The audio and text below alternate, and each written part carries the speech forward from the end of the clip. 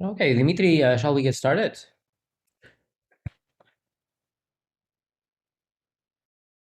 Yeah, that sounds good. Yeah, go ahead. Great. So let's. I don't think Dimitri needs any introduction. Most of you guys know him. He's a PhD student at the University of Edinburgh, working with Aggelos, and he has explored many different topics. And I should say he's also a skeptic of blockchains, and he will tell us more today about the intersection of economics, blockchains, and stable coins. So, Dimitri, the stage is yours. Thanks, Dionysi, and it's a pleasure as always being here.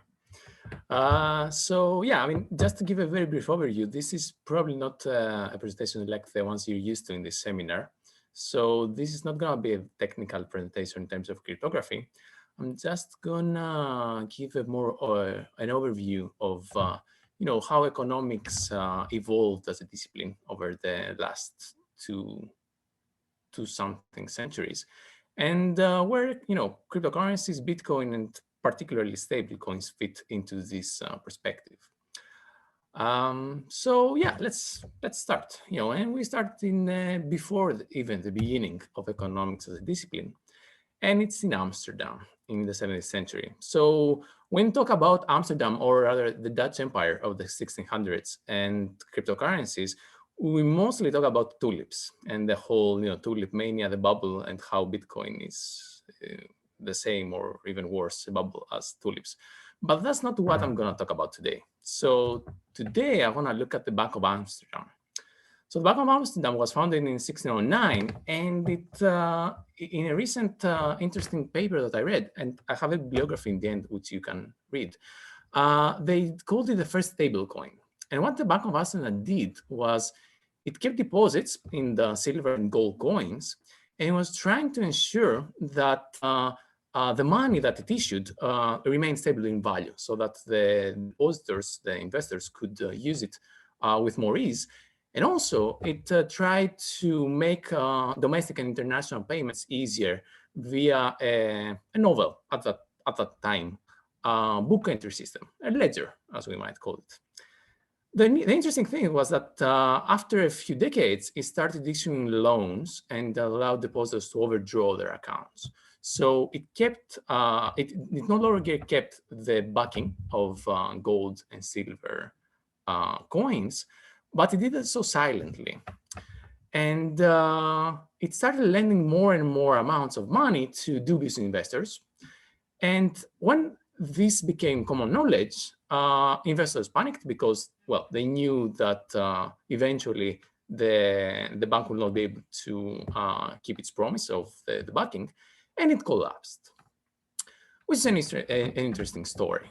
So what happened after that? So around 15 years before the collapse of the Bank of Amsterdam, Adam Smith authored The Wealth of Nations. He started the economics discipline as we know it. And with it came some controversies. And one of the more interesting debates that happened in the 1800s was the debate between the bullionists, as they were called, and the real bills doctrine, let's call it. So what happened there? Now, in the early 1800s, there were the Napoleonic Wars in Europe, and gold was flowing out of England. But the English government wanted to fund the war efforts, the army, right? So in order to do that, it suspended the convertibility to gold. So it started issuing coins and currency in order to fund the war. And in parallel, the prices started to rise. So what the bullionists argued, and the most prominent was David Ricardo, was that the prices rose because without convertibility, and because more paper money was issued than the economy at that point could absorb, well, this excess of money resulted in increased prices. And their argument was that the money should be controlled by the gold that is in the vaults. On the other hand, we had the real bills doctrine, which said that the prices actually rose because of poor harvests and because of the war needs. And in fact, it didn't really matter how much money are in circulation, because the money that is in circulation actually follows the the merchants' actions, the economy itself. Now, in this argument, the bullionists won, and after the end of the Napoleonic Wars, the convertibility to gold and this notion of sound money or strict money prevailed, and with it came deflation, depression, and rising unemployment. Now, the interesting thing was that in times of trouble, that is when crisis came or when wars came, convertibility again was suspended multiple times. And the latest in this period was during the First World War, as we'll see next. But before the First World War, a very interesting development happened in terms of the economic thinking of this line of thought on the bullionist school of thought. And this was the quantity theory of money by this guy, Irving Fisher. So what did this guy say? What was the quantity theory of money? So this theory is expressed as this formula.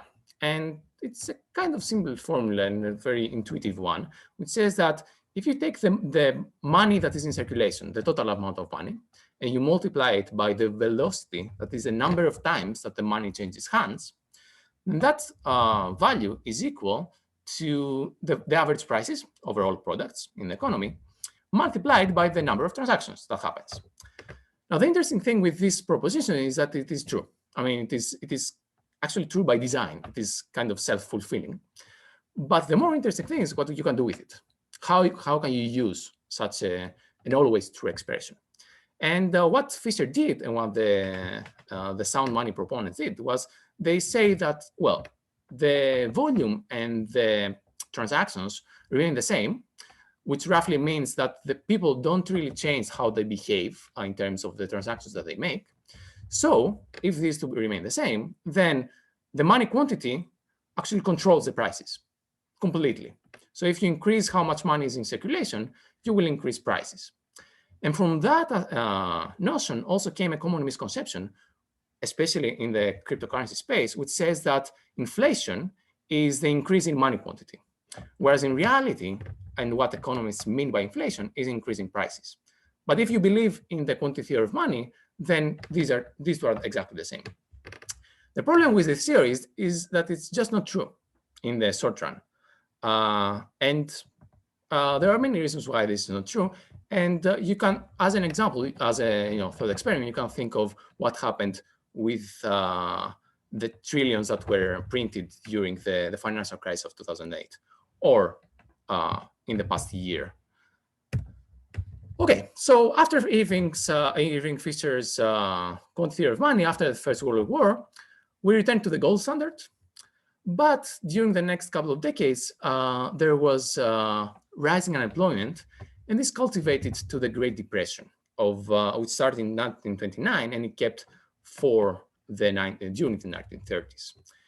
And the problem there, the core problem there, was that the system had come to a grind. So there was depression, there was unemployment was going up, there was no investment, and somehow it had to go to get out of this pitfall. And the man that helped the capitalist system rise from its ashes was that guy, Keynes. And what Keynes did was it kind of looked the same problems as Fisher and the previous economic thinkers, but from this different perspective. So what the classical economics were looking at that point, up to that point, was the supply side. So and the quantity theory of money actually looks into the supply side of economics. It tells you that if you increase the supply of money, for example, you will increase prices, and you can control the economy in total if you control the supply. But what Keynes said was that actually the root cause of problems is uncertainty. So if people are uncertain about their future, then they will try to keep some safeguards, and that will result in accumulation of money. They will keep money in their closets. That in turn will obviously increase the demand for money, for cash, and because money is kept in closets, it is not invested. So investment drops, And if investment drops, then unemployment goes up because there are less factories, less jobs for people to work. So the way out of this pitfall, this stagnation, is to inject demand. So, and to do that, you need a strong government, which will, for example, increase or decrease taxes as necessary, and it will increase or decrease the deficit in order to boost the economy and to create jobs, and in turn to move the economy forward. And actually, that worked. I mean, that as a theory, that worked, and it did help the system go out of its recession with a little help from the Second World War and the destruction that it brought. And after the Second World War, the Keynesian economics became the prominent economic thinking, and it quote unquote ruled the world for the next 25 to 30 years.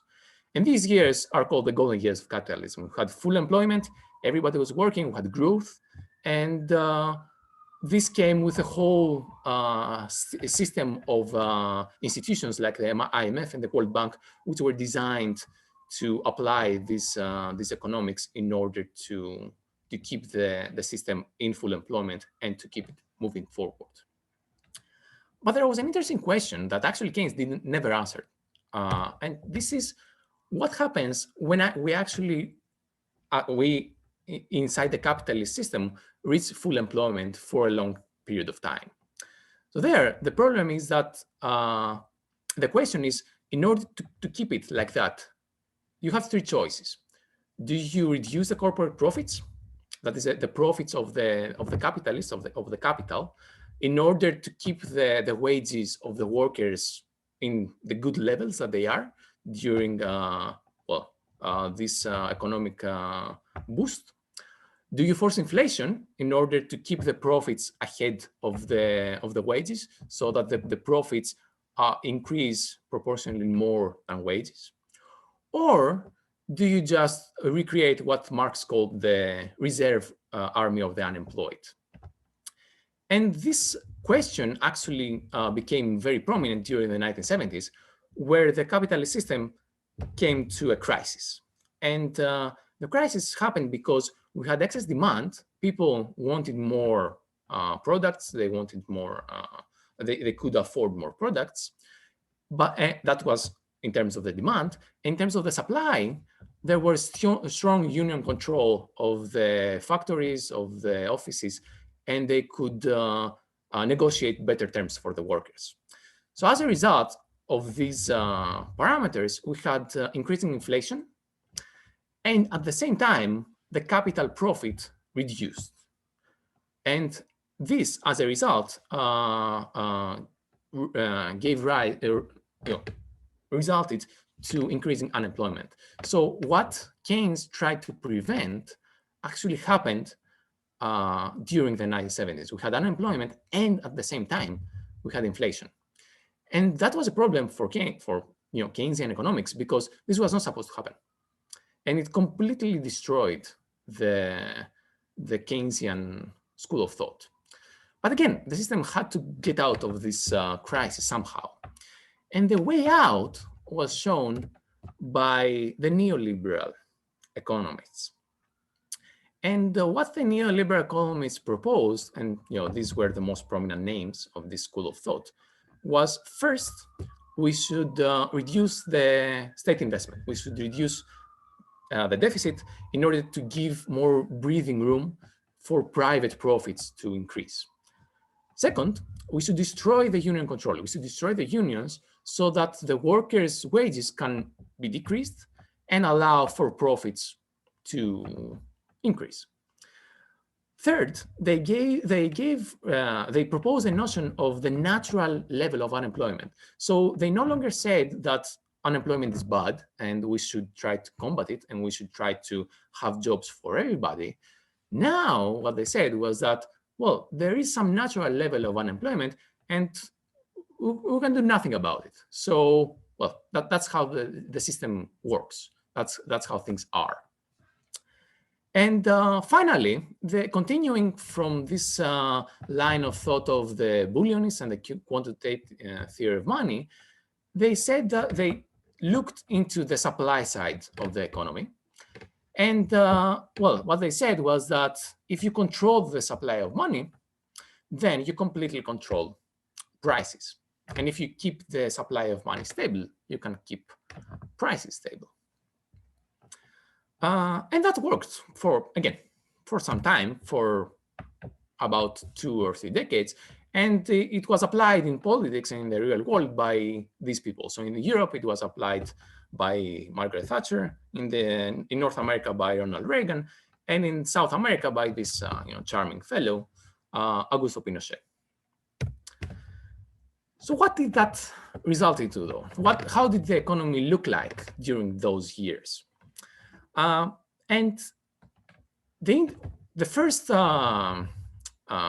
variable of these years was the efficient market hypothesis. So this hypothesis stated that if you leave the market be, if you just have a free market where people just transact without any intervention or restriction from the government, then crisis cannot happen. That was actually the prevalent hypothesis in these 30 years. The regulators who believed in this hypothesis obviously tried to reduce the control over the economy and the financial system. So they more and more ignored the stress on the banking system.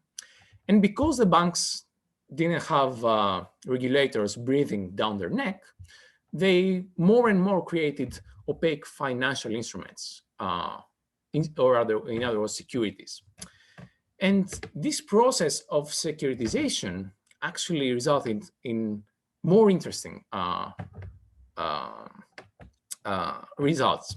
So something that happened due to securitization, an assumption that existed behind securitization, was that securities, these financial instruments, for example, these securities were loans or mortgages or all kinds of complex financial objects.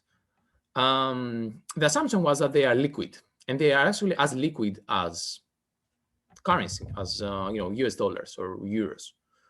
And because they were assumed to be as liquid as fiat currencies or coins, then they were rated as if they were currency.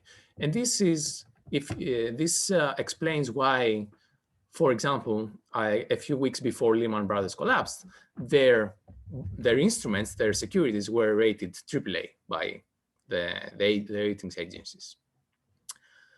Now, as a result of the securitization, the risk of investment spread across the whole system. So the individual risk of every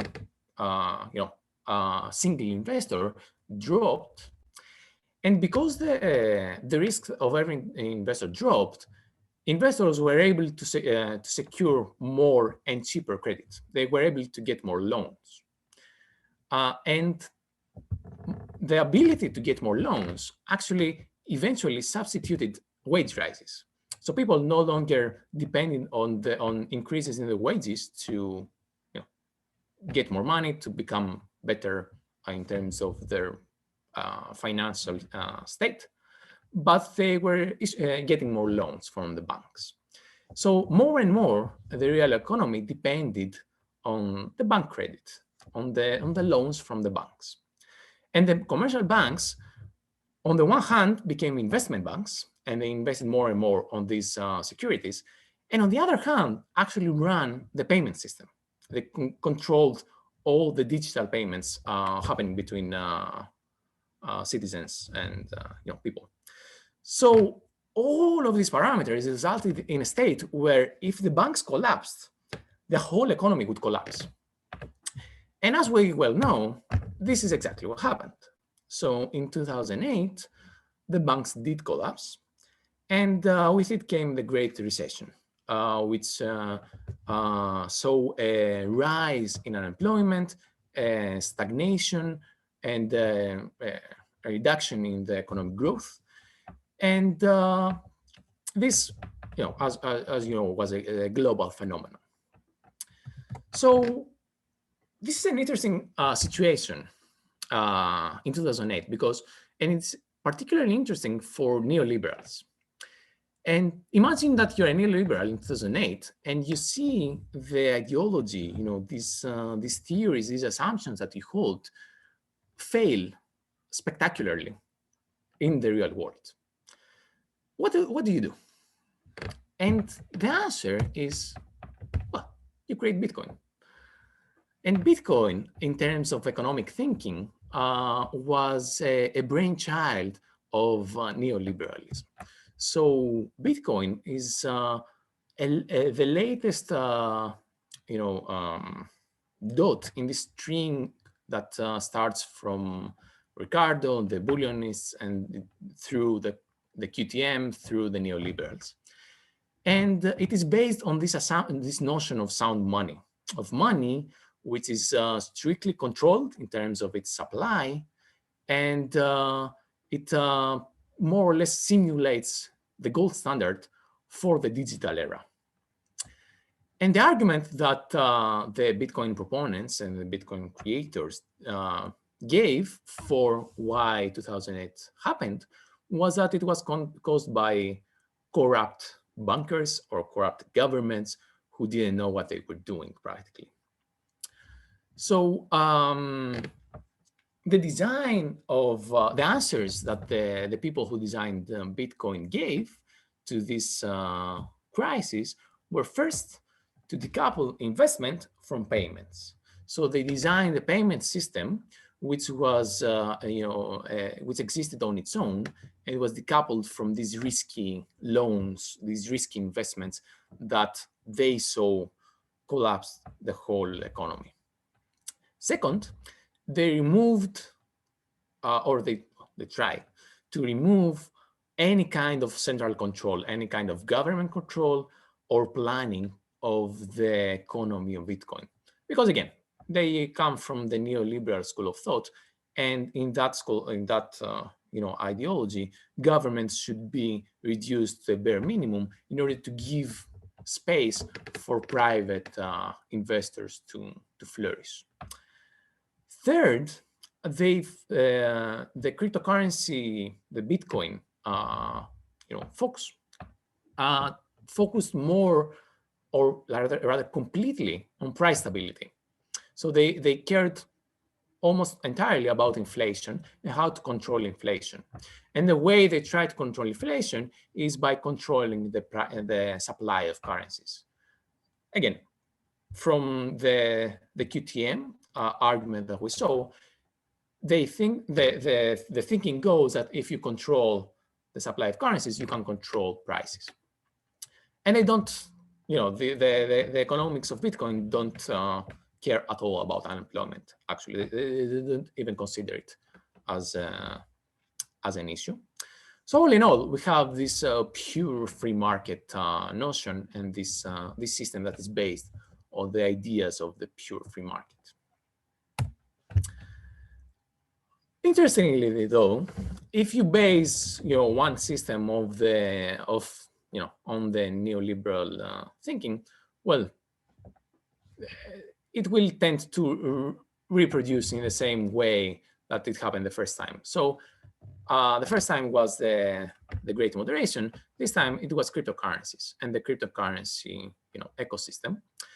And cryptocurrencies, and the newest variation of this, which is DeFi or DeFi, is the cryptocurrencies are complicated instruments. They're complicated securities, and DeFi projects typically promise or provide cheap and easy credit or loans to investors, and they promise big returns on the investments.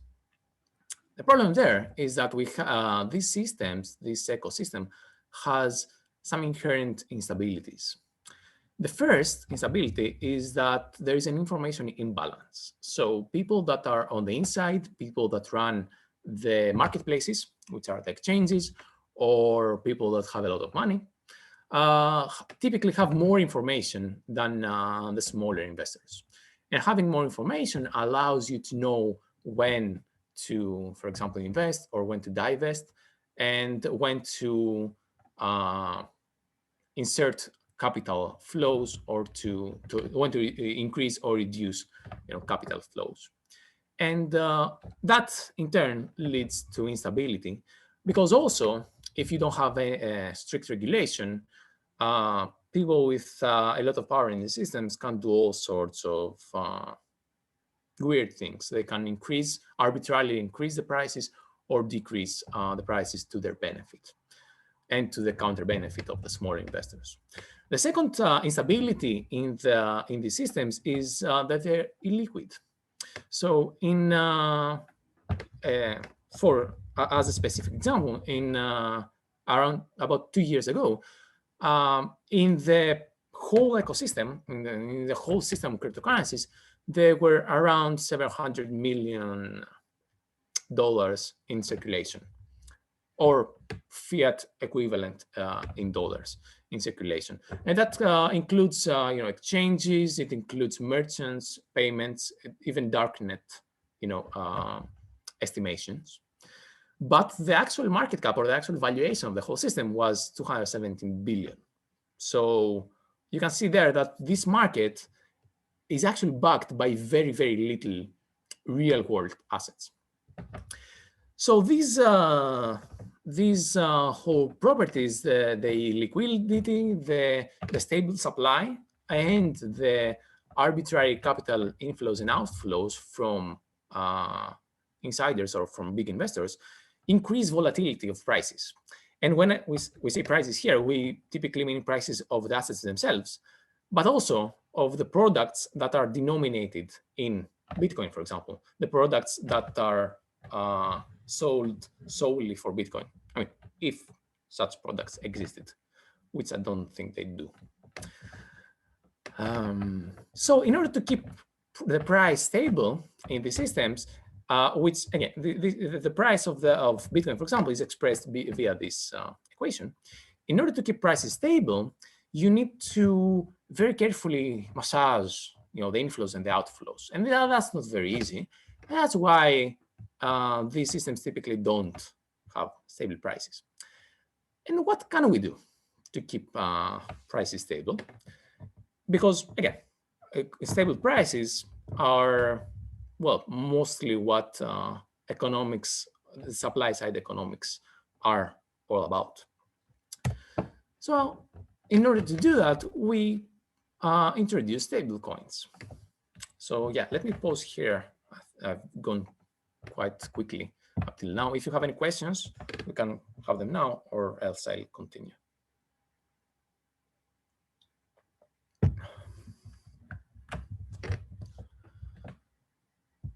Okay. Dimitri, there's a few comments in the chat. No, there's a couple comments. I cannot see the chat. Can you please repeat them? Yeah. So Max Sherwood said that you're quoting market size numbers from 2 years ago, and a lot has changed since. The Bitcoin's market cap is now over 1 trillion. Right, that is true. The reason that I don't quote numbers from today is that I actually got these numbers from CoinMarketCap, which at the time was reporting the depth of the pairs in each exchange. It doesn't right now, so that's why I haven't looked recently at the numbers. But to be honest, I don't have any reason to believe that it has changed that much. And if you've seen, I don't have this, I don't have the figure right now, but anyway, so figures that I've seen, floating around from some estimations actually show that the bulk of the backing of these systems today comes more from stable coins, and less so from fiat currencies. But yeah, I don't have the numbers now. So yeah, that is a good question, and I'd like to actually find good numbers for the market as it is today, especially after the boom that we see in prices. Yeah, is there any other question? Yeah. Hi, I got a couple of questions. Hello, everyone. Hello, Dimitris. Thanks a lot for interesting historical analysis that really helped to bring this into context. But I have when you mentioned the 1920s and the gold standard and what led to unemployment and the Great Depression. I mean, there were the Roaring Twenties before the Great Depression, so the economy seemed to be going just fine before 1929. So how can we, I mean, what's the relationship there actually between the gold standard and the subsequent depression? Yeah, I mean, well, I will not go too deep into that first because I don't have a good answer, and I don't think there is a good answer, to be honest, because depending on what school of thought you are in, you will try to give different explanations of why 1929 happened. But one thing that was actually clear, and it's today it is considered common knowledge, is that the gold standard actually restricted the ability of the governments to react quickly to the depression. So regardless of why the depression happened, the governments that were bound by the gold standard could not immediately increase their deficit or print money in order to boost the economy. And that actually resulted in a deepening of the depression, because you couldn't create more jobs as the public sector and try to use the public sector to drag the economy out of the mud, let's call it. And the interesting thing is that because this is considered today, as a problem, the reaction to the 2008 crisis was very different. So when 2008 happened, instead of trying to keep the deficit low, and keep the money within the strict limits, the U.S. The Fed in the U.S. and after many years of depression, the European Central Bank actually created printed money in order to try to bring the economy quickly back to its feet, and they succeeded. I mean, in the US better than Europe, but this printing of money actually helped reduce the effects of the crisis. But yeah, I mean, again, this is a whole other discussion, and yeah, it's a very interesting discussion, but I don't think we have the time, or personally, I don't think I have the deep knowledge to answer this question. Okay, just if I may, another question that I have, if we have just a minute or two. Yeah. So when you mentioned like under full employment, one of three things must happen, like either corporate profits are reduced, or force inflation, or create a reserve army of unemployed. I don't think I fully kind of understood that argument. If we have full employment, where does the army of unemployed come from? What's the problem there?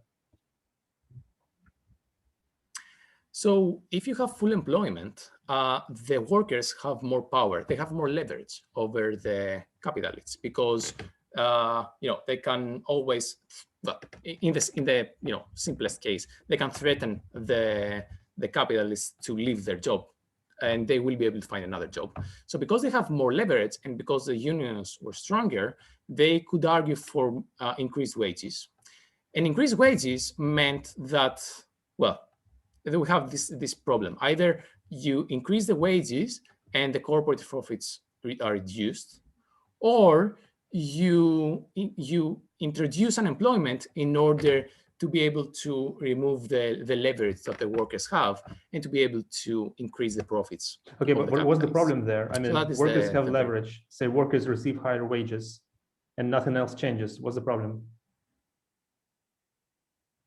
Oh, well, the problem is that the corporate profit is reduced, and depending on what, this is a choice. That's what I'm saying. So if you choose to increase workers' profits, workers' wages more, and to reduce profits, you will go towards the more leftist or even, communist, socialist ideas of, every person deserves more, their fair share of the economy.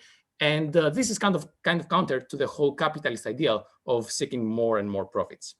So on the other hand, if you want to increase profits for the capitalists, which again is typically what capitalism is all about, you will have to introduce unemployment. Okay, I hope that answers it best as I can. Okay, yeah. Just one last comment I wanted to sorry. Just one last comment that you mentioned that Bitcoin doesn't care about unemployment, doesn't even mention it, and I fully agree with that. But I mean, I have the impression that it doesn't care about price stability either. It just creates an independent monetary system that just acts according to its rules, and it doesn't care how much a loaf of bread costs in Bitcoin. It's just another universe. I don't know, just I agree. But what I'm saying is that in terms of the economic thinking, the Bitcoin was, rose or was a product of this train of thought that is concerned more about price stability, and that's where the gold standard comes from, and less so it is concerned about unemployment. But yeah, I agree. I mean, its design is kind of a different beast on its own, and its design is more focused on introducing a payment system on its own without so much giving a thought on what an economy based on Bitcoin would look like. But what I'm saying is that, yeah, if you had an economy based on Bitcoin, it would probably be more concerned, the economic thinking would probably be more concerned about price stability than unemployment because of the whole history of economics that we saw. All right, so yeah, let's continue with stablecoins now. And stablecoins to solve this problem of price volatility. And there are two broad categories of stablecoins. The first category tries to imitate commercial banks or investment banks. And they do that by having asset backing. The second category tries to imitate central banks, or what the designers of these systems believe central banks do. And in the rest of the presentation, we'll see three flavors. So the first is fiat-backed. And the way that fiat-backed stablecoins work is that they promise that for every token, for every coin in existence, there is a US dollar in the reserves, or the equivalent of a US dollar, the fiat equivalent of a US dollar, for example, 1.1 euros or whatever is the exchange rate. And it's simple enough, and it's kind of obvious why, if the promise holds, there is actually stability in price.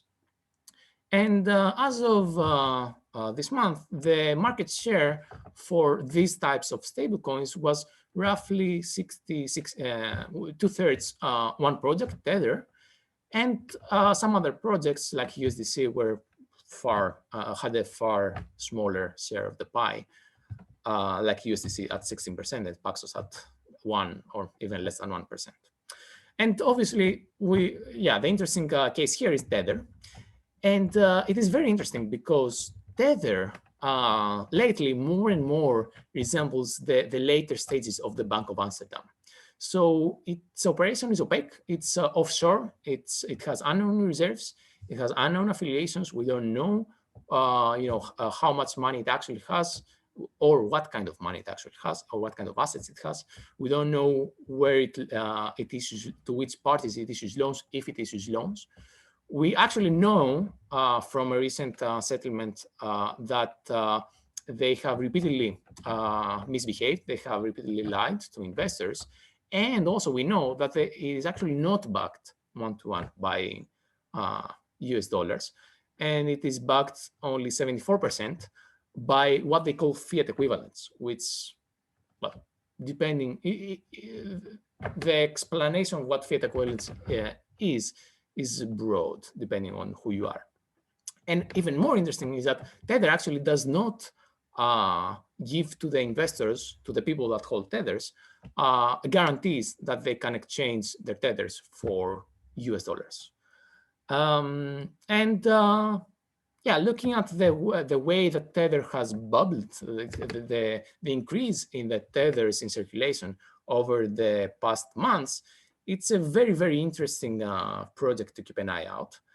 And it is even more interesting, and it's kind of weird that with all these things going on, tether is priced by the market at $1. It is priced as if they were fiat, kind of like securities were during the Great Moderation period. Another interesting project is the second biggest fiat-backed project is USDC, which in terms of the way it's increasing its circulation, it's behaving kind of like Tether, in a smaller scale. But the USDC actually has monthly attestations by an auditor, and they show that they have the billions of dollars in their vaults as they promise. Another interesting question is why? I mean, why would you want to use these systems, and why would these systems actually work? Why would they offer price stability? So for the second part, again, it's kind of self-evident that if you have as many dollars in your bank accounts as stablecoins in circulation, and you can easily redeem them, then, well, there is no reason why it shouldn't be stable. And why would you want to use them? Why would these projects have a reason of existence? Is first because, like the Bank of Amsterdam, they allow for easier payments between merchants, or as they are called today, exchanges. And additionally, they allow for more interesting use cases and barely legal, may we say, like bypassing capital controls or avoiding regulation. The problem is that, or well, the feature, depending on how you look at it, is that if the one-to-one promise breaks silently, then you being the stablecoin can issue loans, just like the Bank of Amsterdam did, and these loans can help your partners, your affiliates, do investments and raise profits. And one might assume that you could also use them to artificially inflate the prices of cryptocurrencies. I mean, that's just an assumption or a thought experiment. The problem is that if regulation tightens and if the broken promise becomes public, then sooner or later you will be shut down. You will declare bankruptcy, and the users can no longer use your system to do all these interesting use cases. Okay, so these are the fiat-backed stablecoins. Let's go to our second category, which is crypto-backed stablecoins. So here, what we have is, again, for every dollar in, or for every stablecoin in existence, we have a backing, but now these coins are backed by other cryptocurrencies. And they are backed not one-to-one, but 1 plus X to 1. And the way that it works is, first, these systems have price oracles that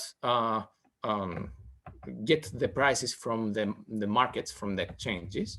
And typically, these oracles are centralized. And the way it works is like that. So if you assume that Ethereum costs $1 and X, this margin, let's call it, is 1, then you deposit to Ether and you get back 1 stablecoin. Now, if the price of Ether remains above 0.5, then the price is stable because there is the backing is enough to cover for the nominal price of the stablecoin. If the price goes below 0.5, then the reserves are no longer sufficient to keep the prices as they should be to $1, and the stablecoin is destroyed. It is liquidated, and the investor just gets back their 2 Ether that they put into the system.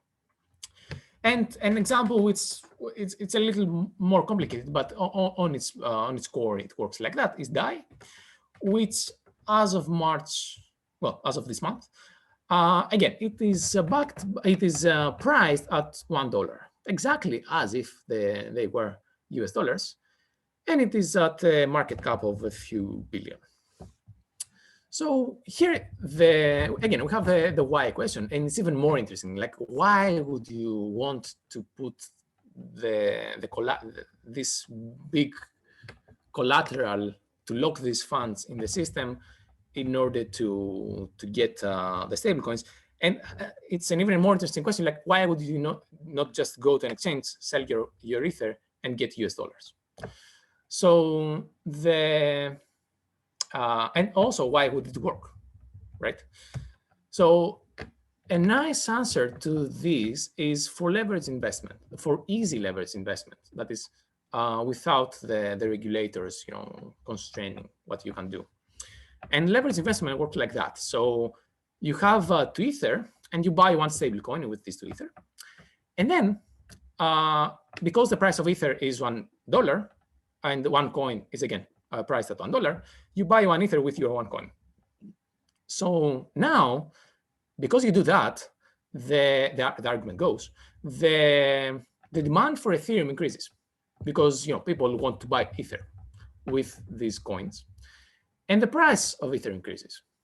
Now, because the price of Ether increases, for example, if it doubles, you can sell half of the Ether that you have, back the 1 coin that you put that you bought initially, and then you redeem that coin for 2 Ether, and now you have a profit of 0.5 Ether. And because you have a profit in Ether, you can actually go and buy again some coins. And this is like a perpetual motion machine where you just keep the prices going up and up and up and up. The problem there, obviously, though, is that, well, the prices, there's no actual US dollars into this circle at all. So even though the nominal, the price of Ether goes up, there is no US dollars to back that price increase. And the interesting question is, what happens if the price goes down? So if the price of Ether drops, and if it drops below the margin, then the stable coins are liquidated.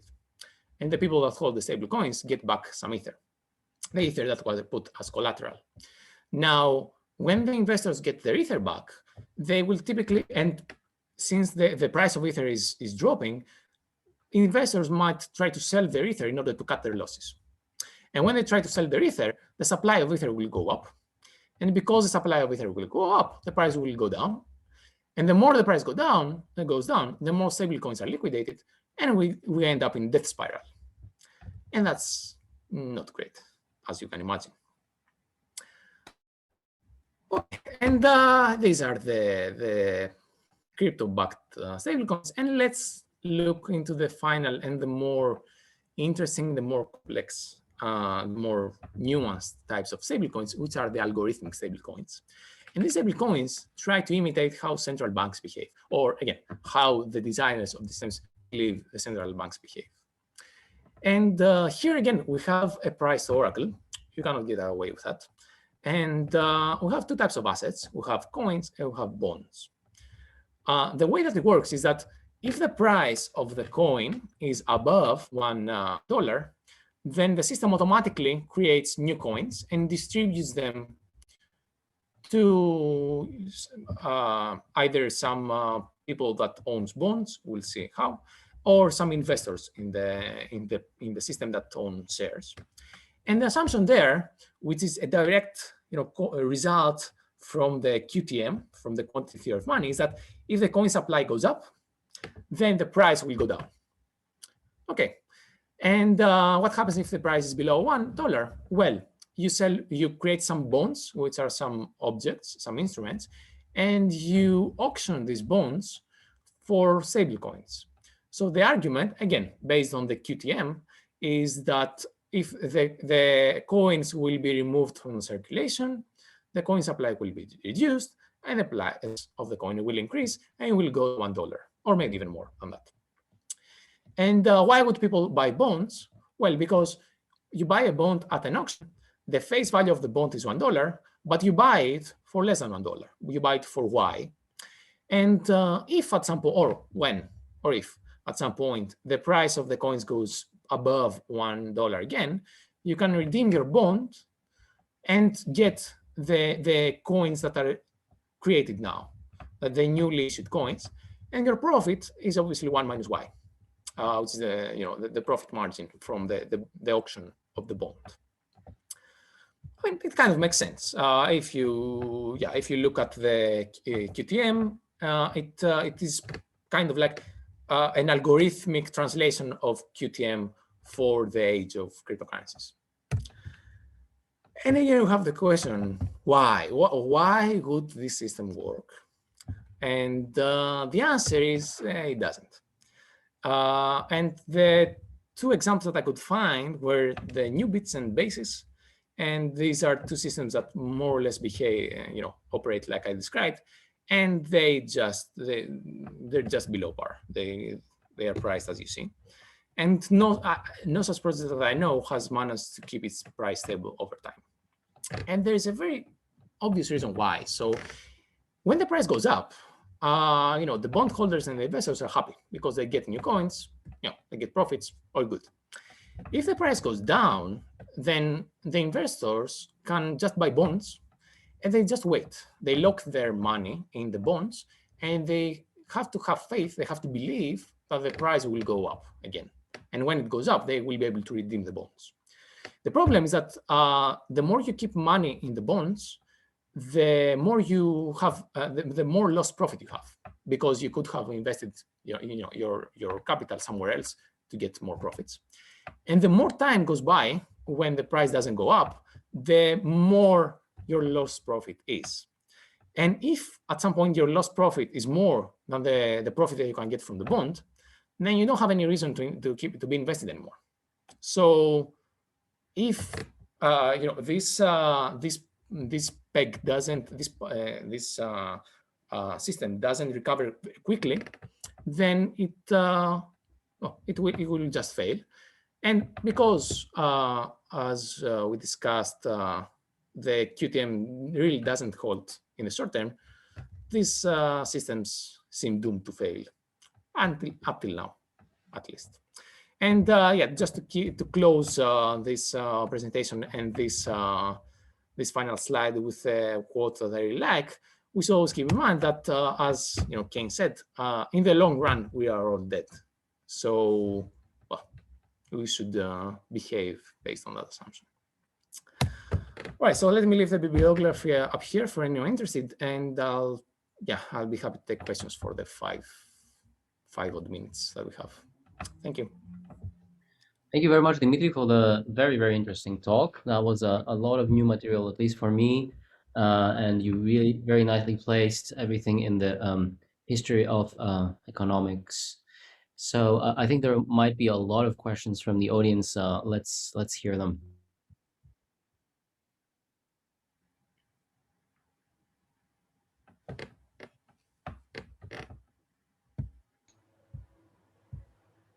Hey, Demetrius. Yeah, thanks for the presentation. I mean, I'm just trying to figure out what your kind of, what the conclusion of this is. I mean, talking about stable coins and kind of balancing mechanisms, and I mean, clearly you don't have very much confidence in them. But I mean, really, I think of stable coins as just leveraging a blockchain settlement layer.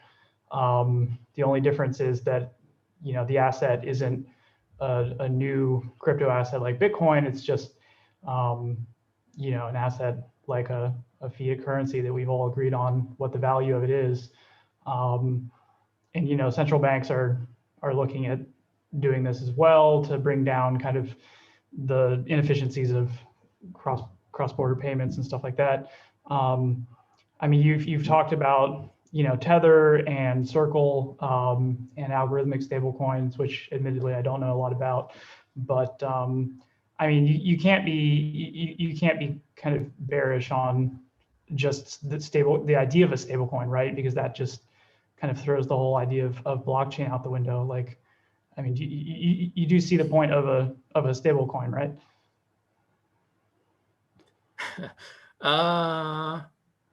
It depends on what you want to do with that, with the stablecoin. So the problem with stablecoins So there is a difference between stable coins issued by central banks and stable coins issued by somebody else. And the difference is that, well, the central banks actually issue the currency itself.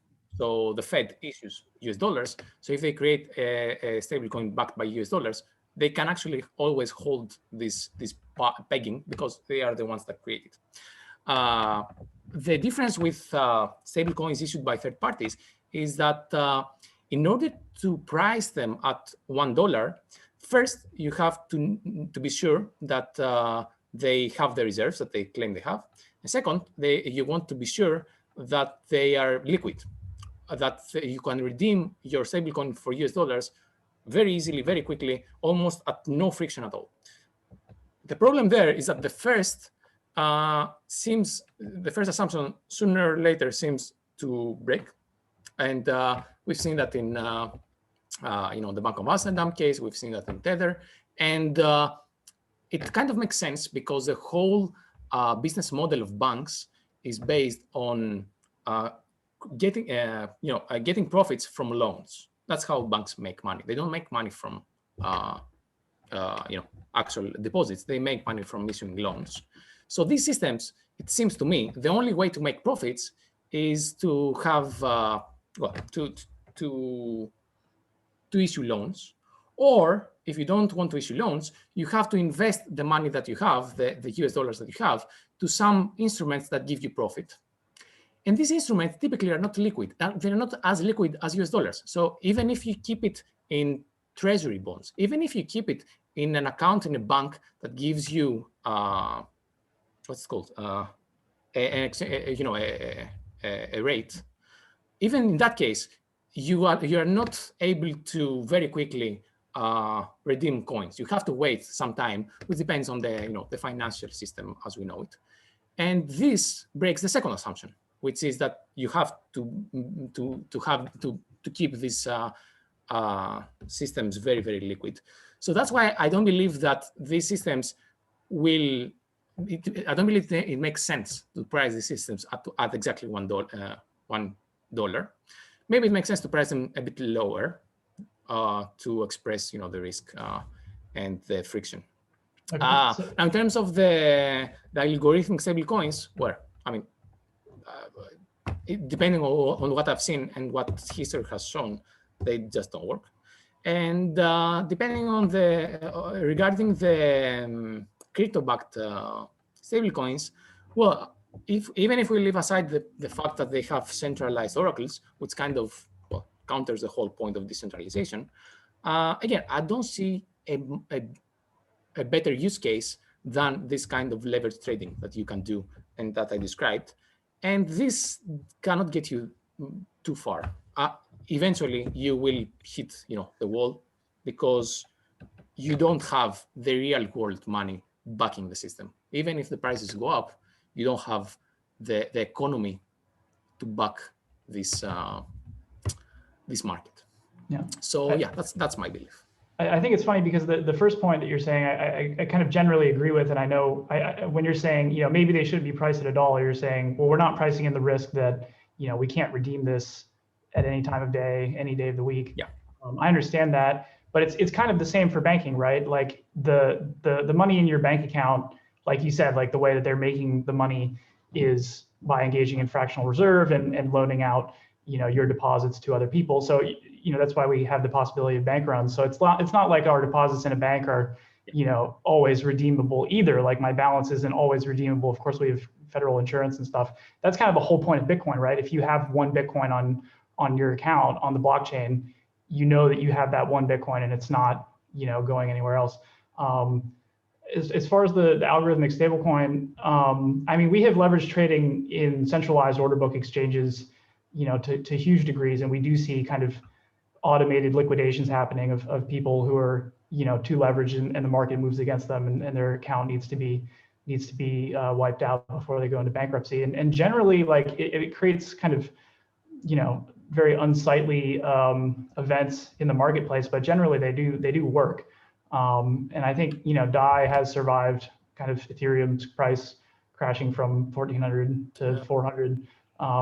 and DAI still exists. Sorry, Mike. So Sorry to interrupt here, but in the interest of time, if you have a question that you want to ask to Dimitri, so that we can wrap it up, let's keep it at that. Thanks. I okay, have one. sorry. If I can ask a question. So Yeah. I would say, like, there is no such thing as a stable coin, right? Like, everything is only worth something in relation to something else.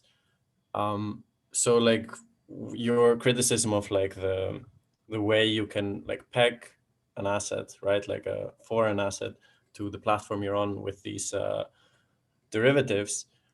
Yeah, like, it's true if you have a centralized oracle, that kind of undermines the whole purpose. But, like, if you, like, let's assume, have a decentralized oracle, then, like, then pegging, like, different assets allows you to, like, transport value into and out of your platform without caring about slippage. And that's really, like, the big purpose. Of course, you're just moving, like, when you try to stabilize, like, when you try to peg something, you're moving the instability into the collateral that you are using, which is the platform native token. So if you have, like, a lot of different assets that you're pegging, then maybe, like, I don't know, maybe you can, fill in my thoughts here.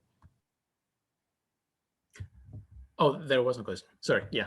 Yeah. Let me just try to give very quickly some final thoughts on these two comments. So on the last comment, it seems to me like the idea of the spreading the risk over the whole system, like I described during the great moderation years. So there, you didn't have individual risk per investor, you spread the risk over all the system, and by that process, you increase the systemic risk of everything collapsing. So that's what comes to my mind, at least, when I hear about multiple currencies of the same nature, eventually of the same market, backing something or being put into the same basket. In terms of decentralized oracles, yeah, maybe we could have them.